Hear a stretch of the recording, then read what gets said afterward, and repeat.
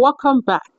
This is a continuation of my last video. If you've not watched it, go and watch it, of what women can decide in polygyny.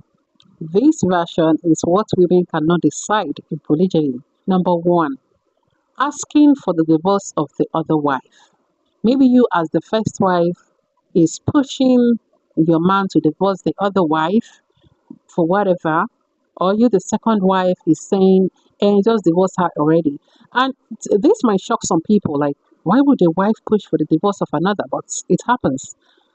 It happens. Oh, if you are not able to prevent your man from getting married to her, when it's done, you cannot ask for the divorce of the other. This is also very common with some second wives. The first wife is still transitioning, she's still in the phase of transitioning, she's still paying, she's still giving the man attitude. They come with the advice of, let her go, divorce her. If she does not want to stay, divorce her. Another one which we cannot decide in polygyny, unfortunately, is quite common, is denying your man intimacy. Gang, gang, gang, gang, because a lot of people have this plan. I mean, if I have my way, if I can decide this is something I would decide in polygyny too, because that part is somehow. But anyways, it's not what you can decide. I saw on TikTok once, a sister posted, I think it was like a skit or something of a man who got married to another wife, and when he returns from the second wife's place, he was talking to the woman was giving attitude, the woman was not answering, which to me, I mean, it's normal, just a week after marriage, excuse you. So in the comment section, a sister commented that, this is going to be hard in polygyny. The moment you bring another woman, that is the end of intimacy. Then under her own comments, another person commented that she knows a sister. If I see these comments, I'll add the screenshots. That she knows someone who, for the past 10 years, a decade, has not had anything to do with her man sexually ever since the man went polygynous. Apparently, she's still in the marriage. So I'm like, okay, so this actually can be a thing, like it's happening. Well, dear women, we have to understand that this is not something you can decide. If it becomes too difficult for you, to the point where you cannot give him his rights, in which case you are accumulating sins. No, sisters, please don't do this to yourself. Don't do this to yourself. Oh. So if you know you cannot stay in the marriage and continue to give your man his rights, while of course enjoying your own rights too, I would say leave. Another thing you cannot do because of polygyny, you cannot decide it in polygyny, is to harm your husband or your co-wife. It's unfortunate that some women do this. And I'm not even saying just first wives now, even second wives. You think, oh, because you're too jealous, you're going against your man, you want to harm him. And harm him could be physical or even verbal. So this could be from the second wife, and this could also be from the first wife.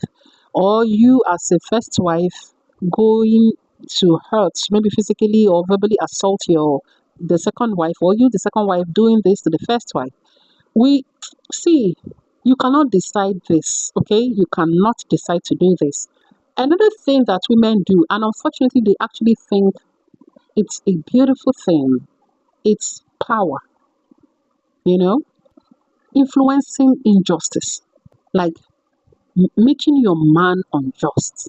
In a way, women, I don't want to use manipulative, but we have the power to control things.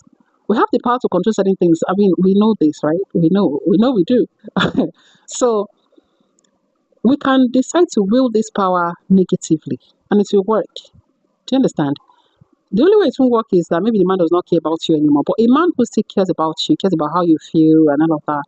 Now, if you influence your man to be unjust, however, he's unaware that you were just being manipulative or it was just a coy, the sin is on you.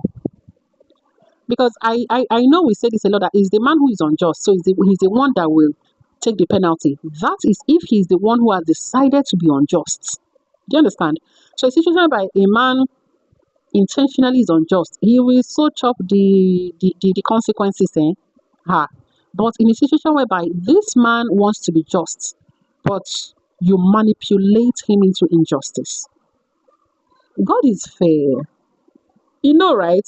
And there is nothing hidden from him. So he knows, even before you do it, he knows. And you will face the consequences. I'll give an instance. For example, it's the night of your co wife, not yours. But he visits you and you feign an illness. You fake an illness, or you suddenly come up with something that would hinder him from being able to go that night. Because definitely he would want to make sure you're fine. But you know there is nothing wrong with you. Because he doesn't know there's nothing wrong with you, he is staying back to take care of you. He probably would explain to the second. And the second in her own head would be like, there's nothing wrong. Or she just would think this man is just being unjust. He comes up with different excuses anytime he's with this particular wife. Could be the second or the first. Could be any of you. Could be anyone. I'm just using my woman power.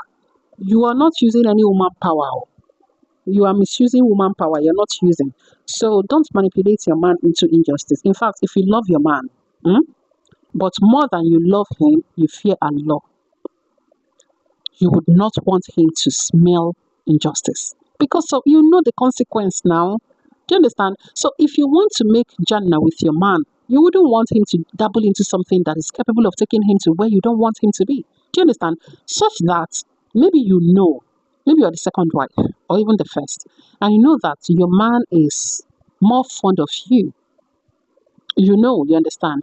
And you know that if you even you see, you know that without you even asking him to stay on a night that is not yours, this man, if you leave him be, he can choose to ignore the other family and focus on you. You know he's that fond of you. If you are someone who loves your man, but more than you love him, you fear Allah and the day of judgment, you would not want him to deliberately, do that act of injustice against the other person.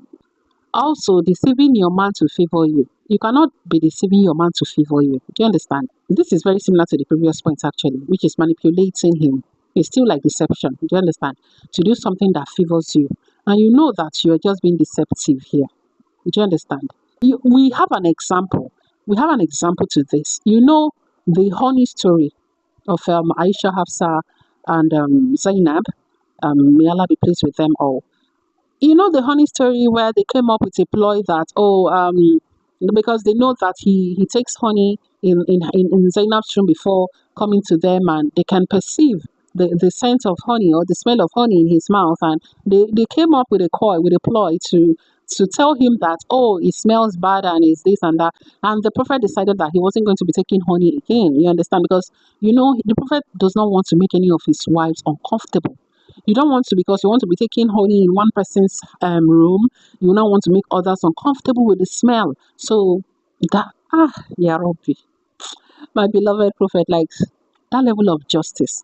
However, it was a coy. It was not true that the honey smells bad. And how did that go with Allah? How did that go? It didn't go well. Do you understand?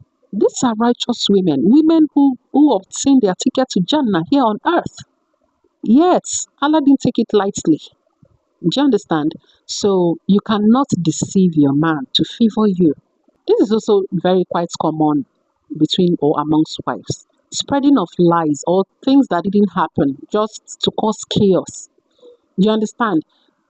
There are some co-wives that, God, if you are watching this and you don't have a co-wife already and you're a nice person, may Allah bring a nice co-wife to you. I mean, I think it makes it, polygyny is hard, but it makes it better when you're not dealing with a toxic co-wife. Do you understand? It makes it better because no matter how good you think you are, let me say God, if your husband brings a disaster upon you as a co-wife, it will get to a point you want to say, let me pay her back in her coin. And before you know, you have become something else. Everybody now say, and we never knew she was like this. Oh, she was pretending. You are not pretending, but they have brought your Waterloo to meet you. Do you understand? Or you, as the nice, kind second wife, you have met your Waterloo in the name of your first wife. So with time, you'll be like, let me pay you back in your coin. Who are you safe?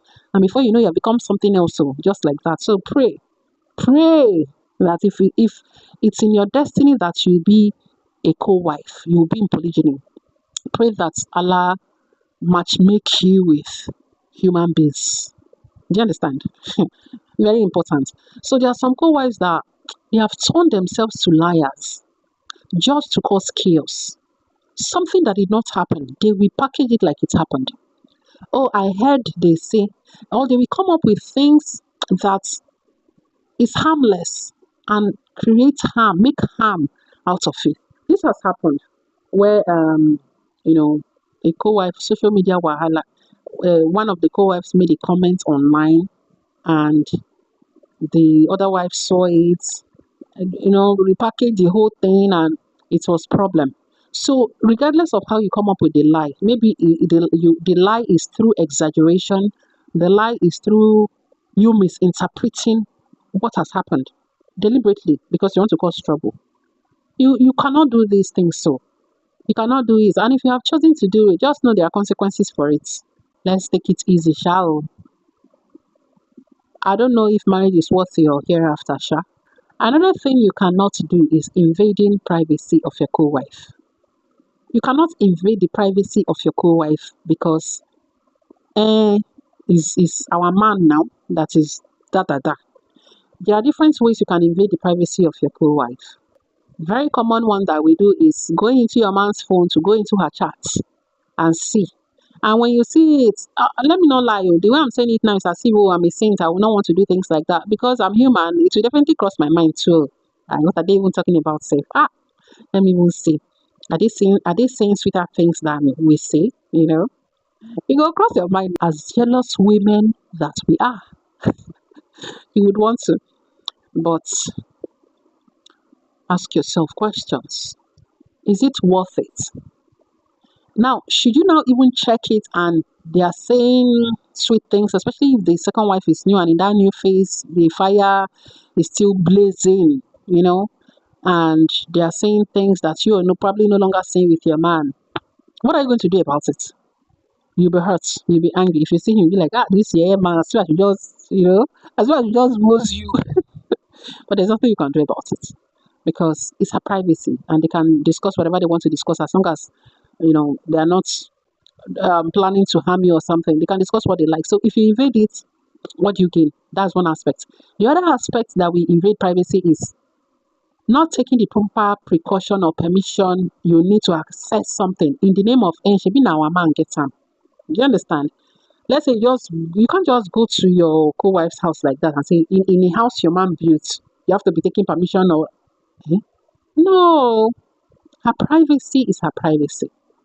And you have to respect it because if you see, I think the golden rule is if you wouldn't want it done to you, don't do it to her. Simple. So tell me, which other things the women do, or we think that we have the right to do, but we do not have the right to do, that I have not mentioned in this list? Kindly mention in the comment section so we can all learn. Polygyny is hard. I say this a lot, but with certain things in place, we can make it easier to bear. Polygyny has come to stay. Whether we like it or not, all of us will not be first and only wives. All of us will not be first wives. So it means that polygyny will keep happening. So, and I am just very interested in how do we make it livable for everyone involved. Assalamu alaikum wa rahmatullahi wa barakatuh.